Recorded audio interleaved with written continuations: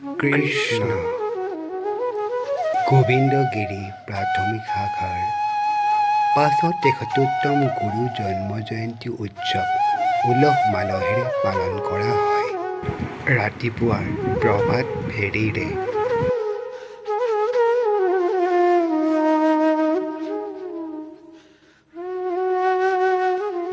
এয়া তেৰা হ'বৰ দিনটোৰ কাৰ্যসূচী। কৃষ্ণ। সমদলক উত্তোলন কৰিবৰ কাৰণে আমাৰ প্ৰাথমিকৰ জিলা সদস্যক শ্ৰী জয়চন্দ্ৰ বৰুৱাক আজি সমদল উত্তোলন কৰিবলৈ মই আমন্ত্ৰণ জনাইছোঁ, সেৱা ধৰিছোঁ। পল্লৱী ডেকাই সমদল জনাবৰ কাৰণে সেৱা ধৰিছোঁ।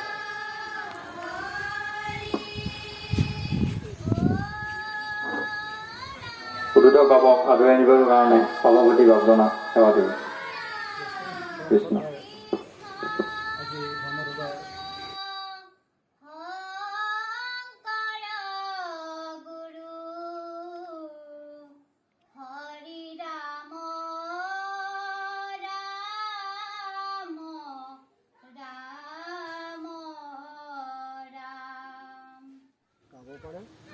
অসুবিধা নাই, শ্ৰীমন্ত শংকৰদেৱ।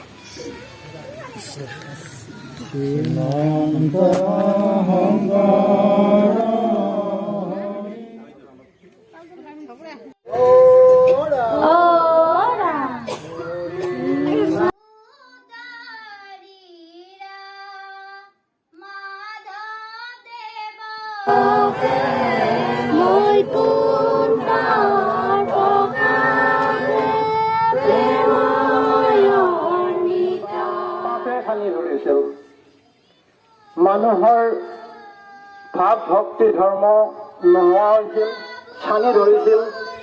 তেতিয়া তেওঁৰ শংকৰদেৱ স্বৰূপে গুৰু স্বৰূপে ভগৱানে জন্ম লৈছিল। সেই ভগৱান শ্ৰীকৃষ্ণই গুৰুৰূপে আমাৰ মাজলৈ ৫৭৭ বছৰ আগতে আহি যিদিনা জন্ম লৈছিল সেইদিনা আছিল আজিৰ দিনটো বিজয়া দশমী। যাক আমি বিজয়া দশমী বুলি কৈছোঁ। ছিঙি পৰিছিল গলবিলাক, আৰু সেইকাৰণে আজি গোসাঁনী উতোৱা বুলি কয়। অৰ্থাৎ সেইবিলাক পানীত উটাই দিবলগীয়া হৈছিল। অৰ্থাৎ তাৰ চিন মকাম নোহোৱা কৰিব তেওঁ বিচাৰিছিল। শ্ৰীমন্ত শংকৰদেৱ সংঘত